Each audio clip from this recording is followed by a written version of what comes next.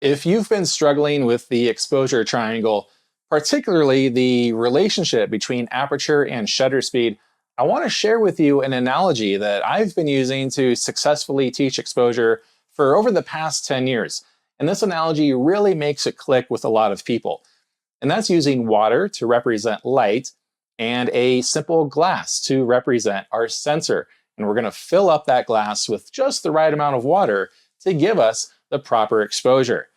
Now, I go into this analogy and all of the other exposure variables and modes in a lot more detail in my free Exposure Triangle for Beginners course, which also contains an interactive exposure simulator, so you can see how changes in aperture, shutter speed, and ISO all interact with one another and how that's going to affect your final photo. You'll find the link for that course in the video description here, and again, that is free. So in this analogy, we're going to fill up this glass, our sensor, with water or light. How much? Well, let's draw a line in the middle of that glass, which is going to represent a proper exposure, or how bright we want that photo to be, whatever that is.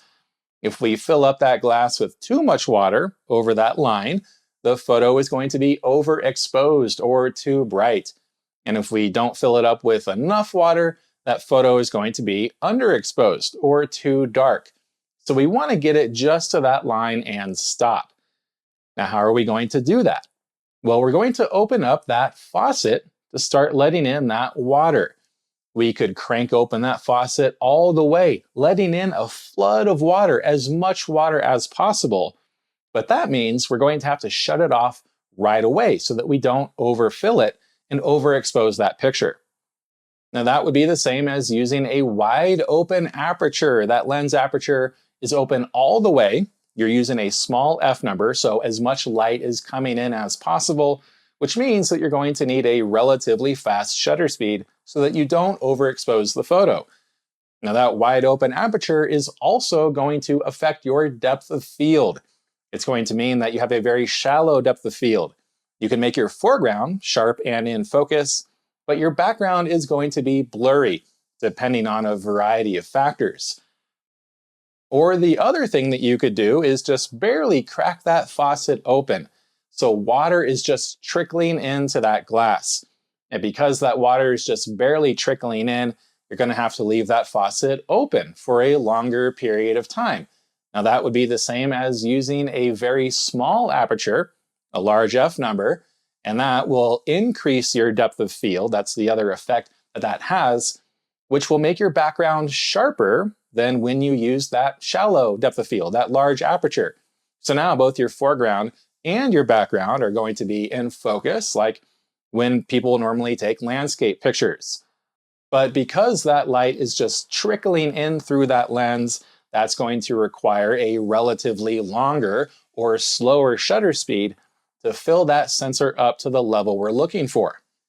So you can see there are a bunch of different combinations for how much we open the faucet and for how long.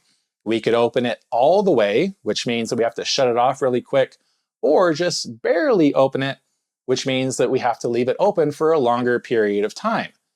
Those are also going to affect your depth of field. Now you could think of this the other way too, where if you want to freeze something that is moving, so that movement doesn't show at all and you have a sharp picture, you will need a fast shutter speed. You'll need to shut that faucet off as quick as you can, which means that you're going to have to open it all the way. You're going to need a larger aperture when you need to use a faster shutter speed. Or if you want to show movement so that you have those streaks, whatever is moving is now showing that movement, you're going to need to use a slower shutter speed, keep that faucet open for a longer period of time, which means that you just need to barely open it, let in that trickle of water or trickle of light. Now you may be wondering, where does ISO fit into all of this? Well, think of it this way, using that water analogy. If the water pressure in your home is already really low, no matter how much you open that faucet, that water is still just going to trickle in. And that's what happens when we photograph in low light. There's not enough light to begin with, so we can have that aperture open all the way, but that light is still just going to trickle in, which means that we're going to need a slower shutter speed. We're going to need to leave that open longer. Now that could have the unwanted result of showing movement. If anything is moving, we might have those streaks in our photo. So what we need to do in this case is boost that water pressure. And that's what ISO does. It is an amplifier for what little light is already there. So we boost that water pressure, and now we can fill up that glass to that line with a much faster shutter speed.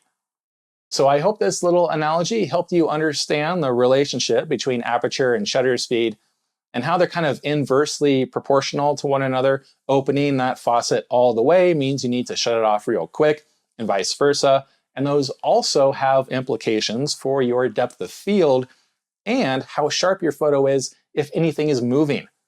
And then ISO, that's just an amplifier. That's boosting that water pressure, or it's boosting that light.